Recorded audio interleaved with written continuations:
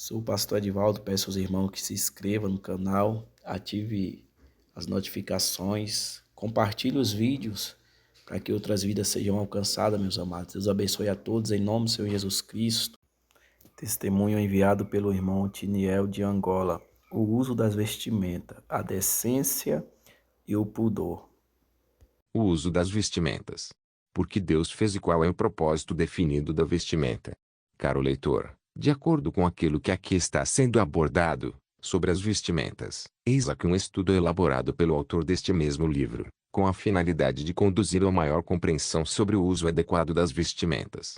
Neste estudo podemos encontrar estudiosos renomados como William Wilson, James Strong, Matthew Henry e George Hill que forneceram interpretações valiosas sobre as vestimentas no contexto bíblico, especialmente em Gênesis capítulo 3. William Wilson, em seus estudos de palavras do Antigo Testamento, afirma que a cotonete ou túnica de peles dada por Deus a Adão e Eva simboliza uma cobertura completa e modesta, destacando a necessidade de uma vestimenta que proteja a dignidade humana. James Strong, em sua concordância, reforça essa visão, sugerindo que essa túnica implicava uma cobertura mais ampla e apropriada do corpo, em contraste com as cintas improvisadas de folhas de figueira. Matthew Henry, em seu comentário bíblico, vê as túnicas de peles como uma provisão divina que supera a tentativa humana de cobrir a nudez, apontando para a insuficiência das soluções humanas quando comparadas à providência de Deus. Ele enfatiza que a escolha de Deus de dar uma vestimenta mais completa reflete o desejo divino de proteger a honra e a dignidade do ser humano. George Hill, por sua vez, também interpreta as túnicas como um símbolo de pudor e decência, destacando que Deus se importa profundamente com a maneira como o corpo humano é coberto. Juntos, esses estudiosos sublinham a importância de vestimentas que vão além do mero propósito de cobrir o corpo, defendendo roupas que refletem pudor, decência e respeito pela dignidade dada por Deus. Eles sugerem que a escolha de vestimentas adequadas é uma expressão externa de um compromisso interno com os valores de modéstia e honra estabelecidos por Deus desde o princípio. Caro leitor, compreendo que, no tocante às vestimentas, o próprio Senhor no Éden, literalmente nos traz a compreensão de que as vestimentas que o ser humano deve usar têm de ser uma veste de acordo com a sua instrução, quando Adão e Eva por si mesmo costuraram suas próprias vestimentas para cobrir a nudez, ver Gênesis 3:7. Mas o Senhor fez novas vestes para eles, ver Gênesis 13:21, mostrando que as que eles mesmos fizeram, não eram adequadas. O Senhor é o autor da criação, melhor do que ninguém. O Senhor sabe o que é e o que não é adequado para os filhos dos homens. Os homens vivem como se não há instrução para as coisas. Tudo que o Criador fez ou instituiu os homens fazer aqui na terra foi feito com um propósito definido. Deus fez a boca para falar e comer. Não podemos pensar que, como há outros orifícios no corpo humano, podemos colocar alimentos em tais sítios. Isso causaria graves consequências na nossa saúde, e não se limita apenas nisso. Deus, o Criador, fez a vestimenta, ver Gênesis 13:21, e instituiu os homens fazer, ver Êxodo 28:42. Com um simples propósito, cobrir a nudez dos homens. Toda a vestimenta que não cobre o corpo nas suas partes que devem ser cobertas, que não apresenta pudor e modéstia, como exigido nas Escrituras Sagradas, ver 1 Timóteo 2:9, vestimentas que revelam a estrutura corporal, as curvas das partes superiores e inferiores do corpo, que expõem a formosura, o peito, a barriga, como as camisas croppé entre muitas outras, vestimentas que incitam a lascívia, cobiça, imoralidade sexual e estimulam as pessoas à cobiça. Ver Mateus 5:27-30, Gálatas 5:19. Segundo a Escritura Sagrada, a exposição de nudez, especialmente quando feita de forma a destacar ou chamar a atenção, é frequentemente desencorajada. A Escritura Sagrada ensina princípios de pudor e decência, como evidenciado nas passagens acima, que promovem um vestuário modesto e um foco nas qualidades internas em vez de na aparência externa. O conceito de sensualidade, em um contexto bíblico, pode ser associado a comportamentos e aparências que provocam desejo ou atração sexual. Portanto, vestimentas que revelam a estrutura corporal, as curvas das partes superiores e inferiores do corpo, que expõem a formosura, o peito, a barriga são usadas de forma a incitar sensualidade, às vezes sem a intenção por parte da pessoa que está a usar. A Escritura Sagrada não usa o termo sensualidade especificamente para descrever vestuário ou vestimenta, Mas os princípios de pudor e decência são claros em suas orientações sobre vestuário e comportamento. Em muitos contextos, um homem ou mulher que usa vestimentas que revelam a estrutura corporal, as curvas das partes superiores e inferiores do corpo, que expõem a formosura, o peito, a barriga, pode ser vista como incitando à lascívia. A lascívia, conforme definida nas escrituras sagradas e em muitas tradições morais, refere-se a comportamentos e atitudes que despertam ou fomentam desejos sexuais impróprios ou excessivos.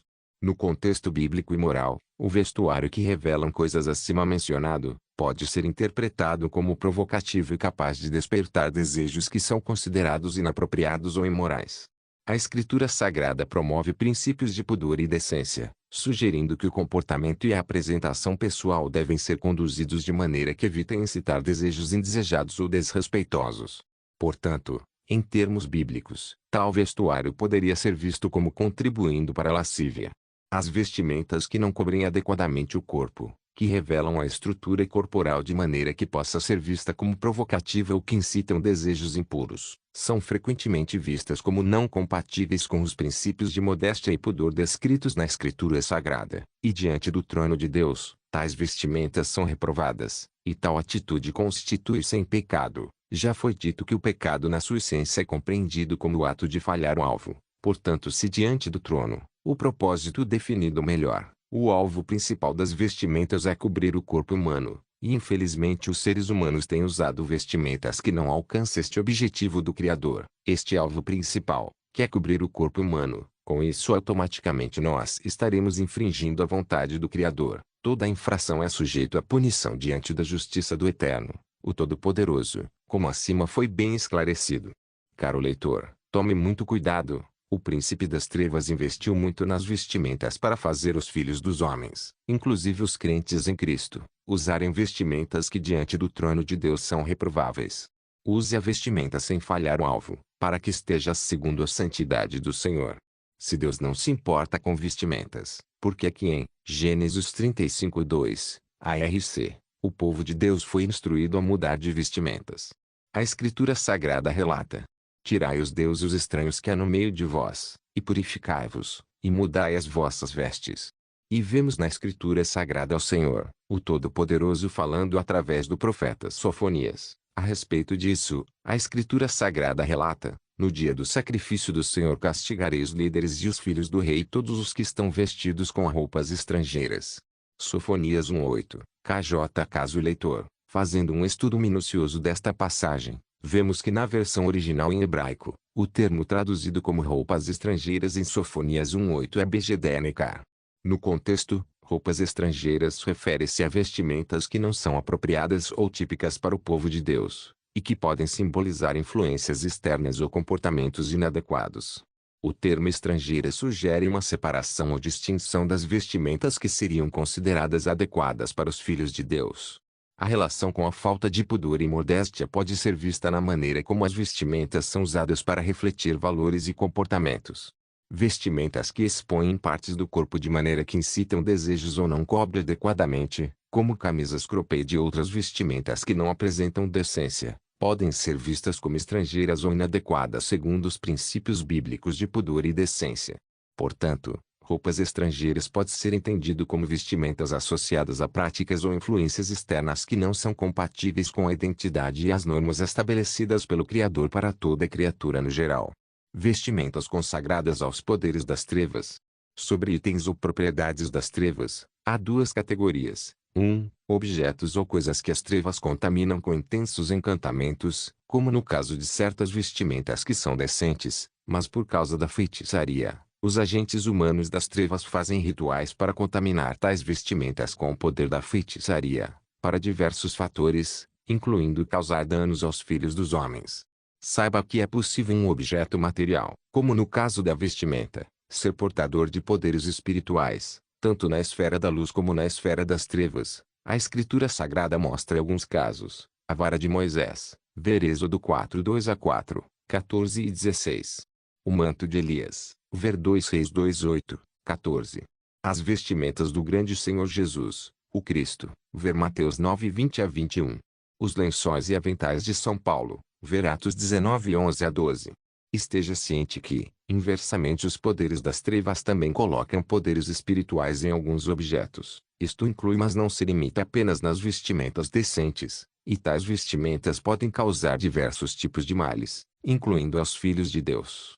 2. Objetos ou coisas que as trevas transformam contrário à instituição de Deus revelado nas Escrituras Sagradas, como no caso das joias e enfeites exteriores, são matérias feitas por Deus com outros propósitos, mas o príncipe das trevas as transformou em bijuterias, peças de roupas como o pano jeans, que é um pano altamente consagrado pelos poderes das trevas, entre outros tipos de roupas e alguns calçados que inclusive são consagrados com sangue humano, em um nível muito elevado. Eles fazem isso em vários enclaves das trevas. Pessoas inocentes morrem por conta de tais objetos e coisas, que algumas inclusive são feitas com elementos do ser humano. Em 2021, Satanás, o príncipe das trevas, investiu um ataque fortificado contra os filhos dos homens, usando seus agentes humanos para a realização do mesmo. A empresa Nike lançou um tênis com sangue humano, e o nome do mesmo é Satan Shoes. Isso serve para nós, principalmente os filhos de Deus, como uma pista e alerta, de modo a saber que algumas coisas que estão sendo fabricados na Terra, são propriedades exclusivas dos poderes das trevas, e tais objetos e coisas são vistos pelo Senhor como anatemas.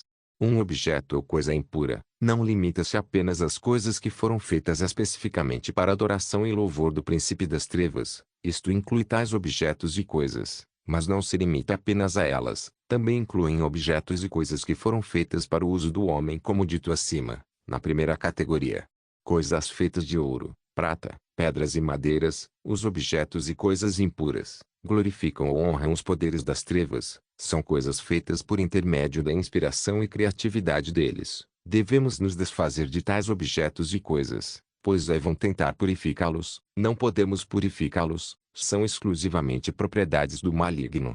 Há coisas que não são dos poderes das trevas, mas estes por sua vez, também podem fazer parte de um objeto ou coisa que não é essencialmente impura. Eles podem contaminar, como por exemplo, carro usado, roupas usadas, lençol, esculturas, alguns objetos entre muitas outras coisas.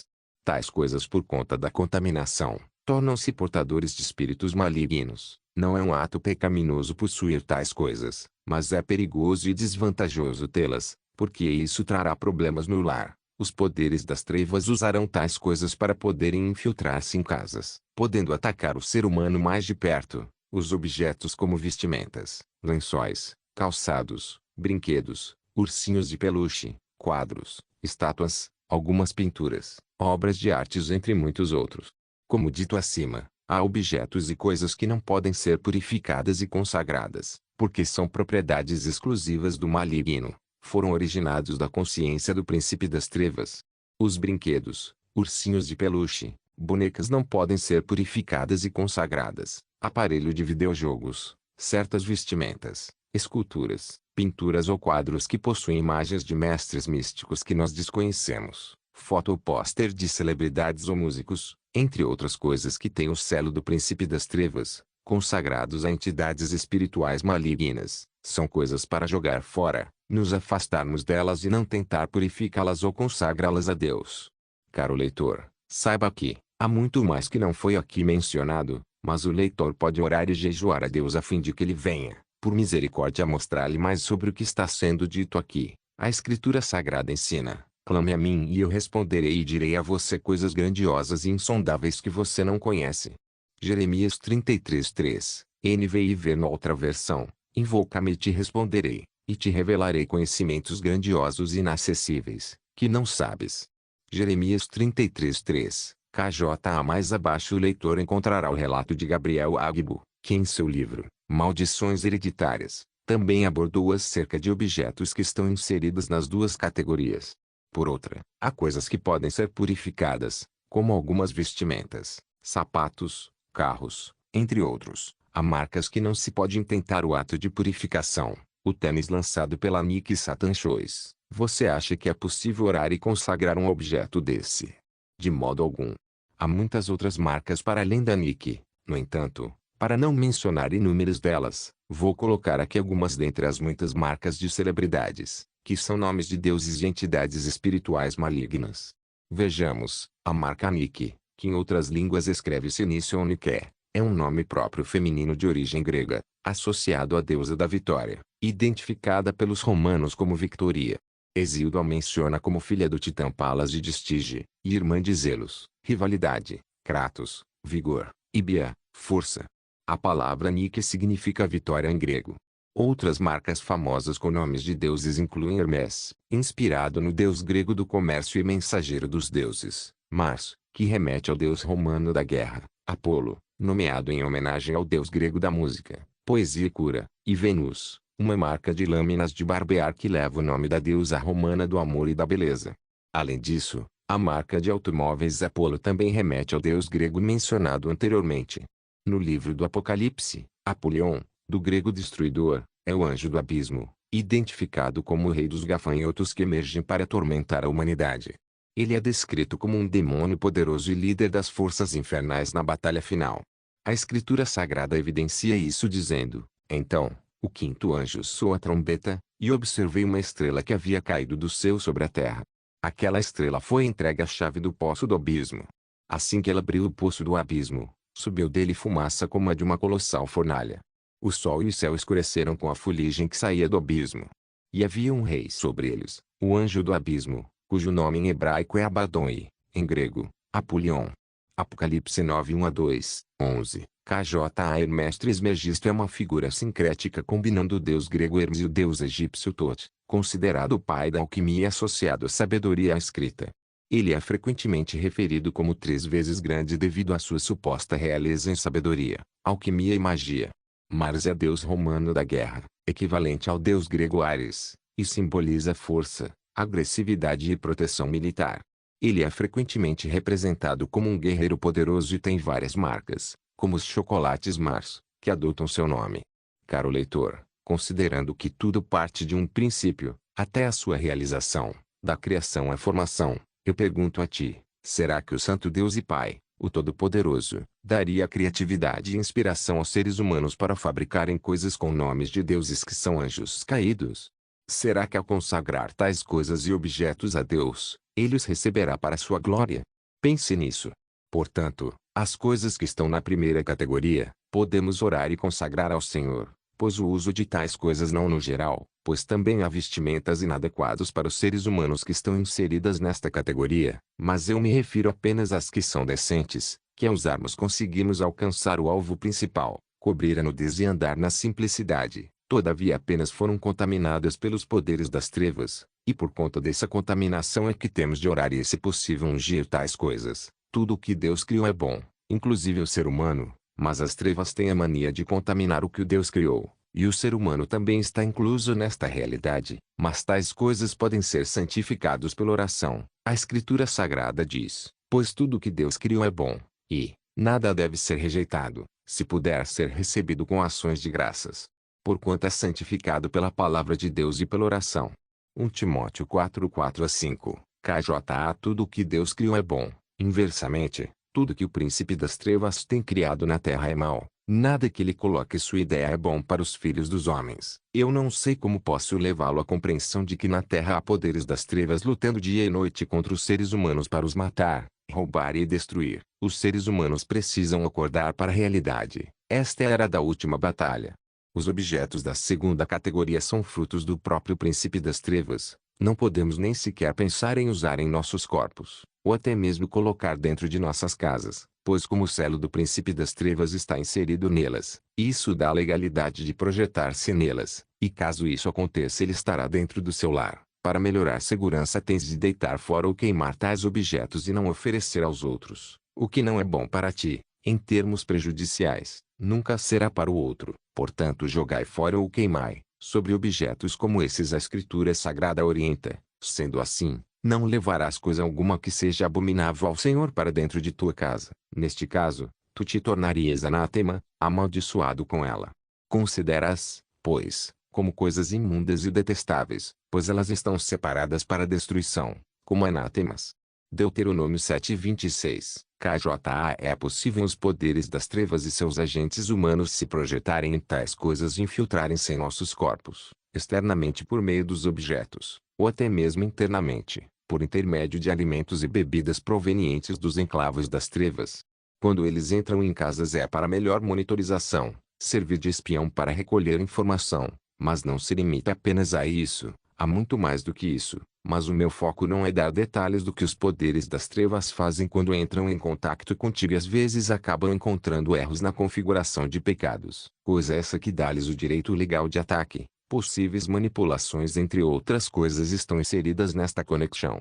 A Escritura Sagrada deixa isso claro nos levando a compreender que os poderes das trevas não vêm, senão para roubar, matar e destruir. O que eu quero é alertar o leitor que seja vigilante. Há mais do que os olhos podem ver. Entre tais objetos, isto não se limita apenas às coisas que estão na segunda categoria, pois mesmo as da primeira, os poderes das trevas, por causa dos encantamentos podem projetar-se em tais coisas. Isto inclui o ser humano, um objeto, alimento ou bebida proveniente dos centros de feitiçaria, ocultismo, santuários malignos entre outros enclaves das trevas, passado por intensos rituais e encantamentos, pode causar ao ser humano bruxaria inconsciente, entre muitos outros males e também pode ser usado como um meio pelo qual os poderes das trevas e seus agentes humanos possam entrar no corpo das pessoas que estão sob influência de coisas e usá-los como marionetas. Esta é a realidade que o ser humano se encontra neste momento na Terra. Nesta era da última batalha, as coisas estão mais intensas. O momento que nos encontramos, são tempos difíceis para os seres humanos na Terra. Nos dias atuais há mais trabalho do que nos tempos atrás. O São Paulo, pela revelação do Espírito Santo, escreveu sobre isso dizendo: sabe, porém, isto, nos últimos dias, sobrevirão tempos difíceis. 2 Timóteo 3:1. Na outra versão está escrito: sabe, entretanto, disto, nos últimos dias sobrevirão tempos terríveis. 2 Timóteo 3:1. O que temos de fazer é vigiar constantemente, pois nos dias atuais a maior parte das coisas da primeira categoria, usadas pelos seres humanos, estão sendo contaminadas pelos poderes das trevas. É desvantajoso, embora sendo decentes, usar sem orar para consagrar com o pretexto de que não há nada de mal naquilo. Estou ciente de que há milhares e milhares de coisas que estão fora do alcance do príncipe das trevas, pois o Supremo Deus as preservou. Mas se não tens a certeza que o que você comprou é uma delas, ore para sua melhor segurança. Há um adágio que diz: melhor prevenir do que remediar, portanto seja prudente. Como dito anteriormente, o ser humano é um prisioneiro emparedado pela sua própria ignorância, bem como a verdade eterna de que ninguém o prende senão ele próprio. Lembrai-vos das palavras do Senhor por intermédio do ministério do profeta Oseias, que diz: o meu povo está sendo destruído, pois lhe falta o conhecimento. Oseias 4:6. Assim, a falta de conhecimento é a base da escravidão, levando à destruição de vários seres humanos. Como diz um velho adágio para um bom entendedor, uma palavra basta. Caro leitor, vigie, pois coisas acima mencionado, principalmente as da segunda categoria, não surgiram na mente dos seus inventores por inspiração de Deus. Esclarecimentos sobre as vestimentas. O objetivo dos vestidos e saias é para cobrir o corpo feminino. Então deixar o corpo exposto é nudez. Usar uma veste colada ao corpo é pecado de lasciva, mas deve ser uma saia ou vestido com pudor e modéstia, e isso tanto em peças externas, como internas. A mulher não pode usar vestimentas para sensualizar, expondo a estrutura do seu corpo ou deixar exposta a sua nudez, porque isso, para além de ser pecado, incita os outros a pecarem. Deus não se agrada de vestimentas curtas e coladas ao corpo. As saias e os vestidos têm de cobrir pelo menos abaixo dos joelhos. Segundo a Escritura Sagrada, a coxa faz parte da nudez do ser humano. Isso será melhor esclarecido mais abaixo. Quando uma mulher usa um vestido ou uma saia até acima das coxas, o comprimento da vestimenta pode mudar de acordo com o movimento. Ao sentar, a vestimenta pode subir, expondo mais a pele das coxas do que quando ela está em pé. Da mesma forma, ao andar, a saia ou o vestido pode se deslocar, revelando áreas adicionais da coxa. Como mais acima vimos, o Senhor se importa sim com as vestimentas. No entanto, use blusas não coladas ao corpo e nem transparentes. Se for transparente, use forro por baixo, com golas fechadas, sem decotes e com mangas que cubram os ombros. O objetivo das vestimentas é cobrir a nudez e deixar a mulher decente, mas se a irmã quiser usar uma saia ou vestido mais longo, quem decide até onde irá a saia ou o vestido é a irmã, desde que ultrapasse os joelhos e não suba no momento de sentar, expondo o que deveria estar coberto, porque há vestimentas que no momento de sentar, elas tendem a subir, mostrando até as peças interiores. Isso é mal. Que Deus seja glorificado no teu ato de vestir. Segundo a orientação do Senhor por intermédio do profeta Isaías e dos apóstolos São Pedro e São Paulo, as vestimentas não devem ser muito caras, muito luxuosos. Ao analisarmos bem a passagem em Isaías 3, e as epístolas dos apóstolos acima mencionado, está escrito: Eis que diz o Senhor, por causa da presunção das mulheres de Sião, que caminham orgulhosas, de cabeça erguida, mas flertando com os olhos, desfilando com passos curtos, fazendo tilintar argolas e enfeites atraentes em seus calcanhares. As roupas caras, as capas, as mantilhas, e as bolsas. Isaías 13:16, 22, KJA. Não com tranças, nem com ouro ou pérolas, nem com roupas muito caras. 1 Timóteo 2:9, KJA.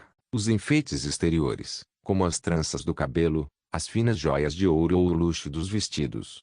1 Pedro 3:3, KJA. O Senhor disse sobre as roupas caras, por intermédio do profeta Isaías, pelo ministério do São Paulo disse nem com roupas muito caras, e do São Pedro disse o luxo dos vestidos. Considere isso, pois é a orientação da parte de Deus para seu povo. Sejam as suas vestimentas simples, não se vista com outras intenções senão primeiro cobrir o corpo, pois é esse o objetivo principal das vestimentas. Estar bem apresentado não é pecado, mas vestir é falhar. O alvo principal é onde reside o pecado. Não vista por vaidade, pois até uma vestimenta decente, mas sendo usado com sentimento de vaidade, por conta desse sentimento, nós acabamos por pecar diante do trono, pois tudo que é feito na plataforma da vaidade é pecado. E na perspectiva bíblica, a vaidade é frequentemente associada ao pecado quando leva a comportamentos que desviam a atenção de princípios espirituais e morais. A Escritura Sagrada critica a vaidade quando ela resulta em orgulho excessivo, autoexaltação ou busca de aprovação externa em detrimento da humildade e da devoção a Deus. Segundo a Escritura Sagrada, o Senhor destruirá todos que inclinam seus corações à vaidade. Está escrito: ora, foi Yahweh dos exércitos quem o planejou a fim de abater toda a soberba e vaidade e humilhar todos os que vivem em ostentação e vanglória sobre a face da terra.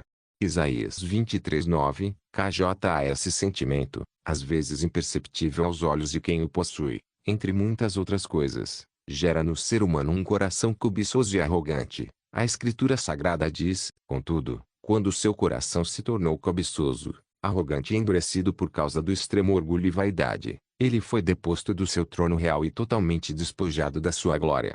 Daniel 5:20, KJA. E o Senhor por intermédio de São Paulo nos recomenda não fazer nada movido por esse mesmo sentimento. A Escritura Sagrada orienta: nada façais por rivalidade nem por vaidade.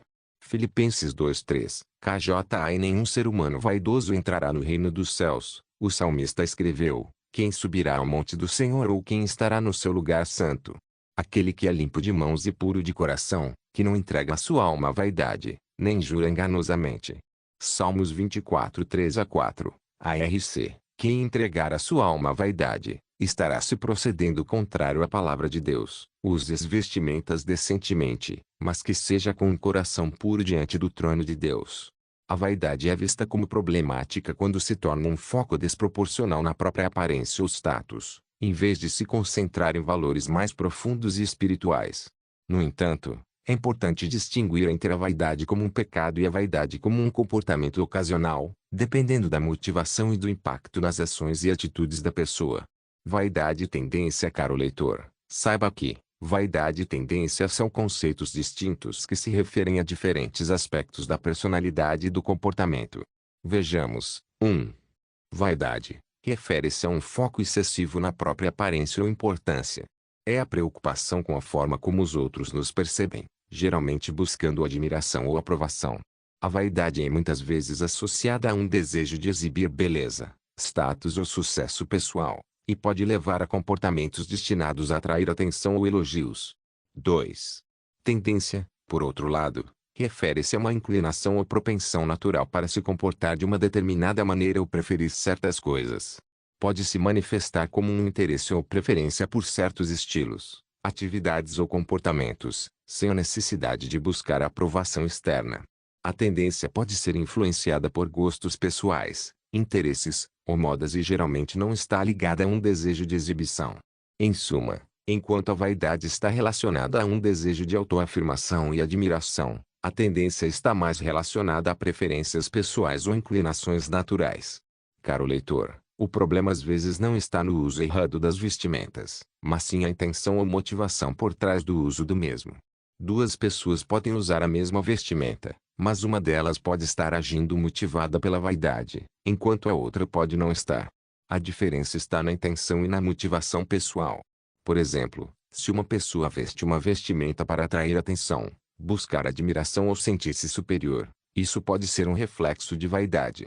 A motivação é o desejo de ser notada e elogiada, o que pode ser considerado um comportamento vaidoso. Por outro lado, se a outra pessoa usa a mesma vestimenta simplesmente porque gosta do estilo ou porque é prática e confortável, por tendência, sem a intenção de provocar ou chamar atenção, a motivação não está ligada à vaidade. Assim, o pecado não está na vestimenta em si, mas na intenção e na motivação por trás do ato de vesti-la. Concluindo, é possível uma pessoa usar vestimentas decentes e ainda assim pecar por causa da intenção e motivação do coração. O que é a nudez? De acordo com a enciclopédia Wikipédia, nudez ou nu, é a condição ou estado pessoal em que, parcial ou totalmente, encontra-se uma pessoa sem cobertura de roupas. É usado por vezes para designar o uso de menos roupa do que o esperado por uma convenção cultural, particularmente no que se refere à exposição das partes íntimas, torso, tronco, ou membros. A nudez parcial refere-se à condição em que uma pessoa está parcialmente vestida, mas algumas partes consideradas íntimas ou privadas estão expostas. Essas partes incluem partes íntimas, genitais, órgão reprodutor masculino e feminino, nádegas e coxas, torso ou tronco, peito e seios, no caso das mulheres, membros, braços, ombros e pernas, do joelho para baixo. Por outro lado, a nudez total é o estado em que a pessoa não está vestida de forma alguma, com todo o corpo exposto, sem nenhuma cobertura de vestimentas. Segundo as Escrituras Sagradas, quando trata-se do conceito de nudez parcial e nudez total do ponto de vista bíblico, está se referindo ao que as Escrituras dizem sobre a exposição do corpo e como isso se relaciona com a modéstia e a decência. De acordo com as Escrituras Sagradas, o conceito de nudez, seja parcial ou total, relaciona-se com a exposição do corpo e como isso se conecta com a modéstia e a decência. Escândalos e vestimentas. No ensinamento de Jesus em Mateus 18, 6-7, ele adverte seriamente contra causar escândalos, especialmente aqueles que são vulneráveis na fé. O termo escândalo no texto original grego é skandalizó, que, segundo a concordância de Strong, refere-se a colocar uma pedra de tropeço ou uma armadilha que leva alguém a pecar ou a se afastar de Deus. Essa palavra carrega a ideia de causar uma ofensa grave que pode desviar uma pessoa do caminho da justiça. Jesus enfatiza que é o melhor para uma pessoa ter uma grande pedra de moinho amarrada ao pescoço e ser lançada no mar do que fazer tropeçar um dos pequeninos. Mateus 18:6.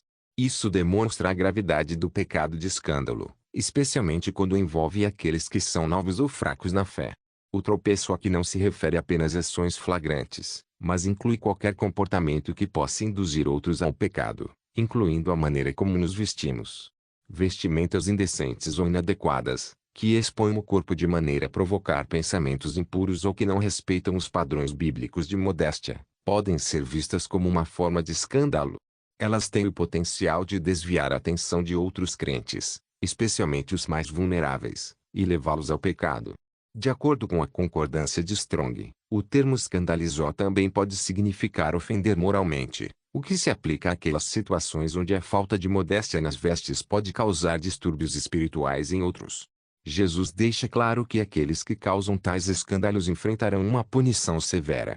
A responsabilidade cristã inclui viver de maneira que não leve outros ao pecado, mas sim que promova a edificação e a pureza na comunidade de fé.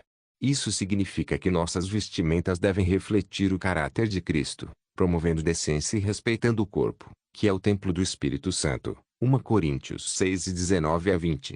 Em resumo, o ensino de Jesus sobre escândalos nos chama a examinar como nossas ações, inclusive a maneira como nos vestimos, podem impactar os outros.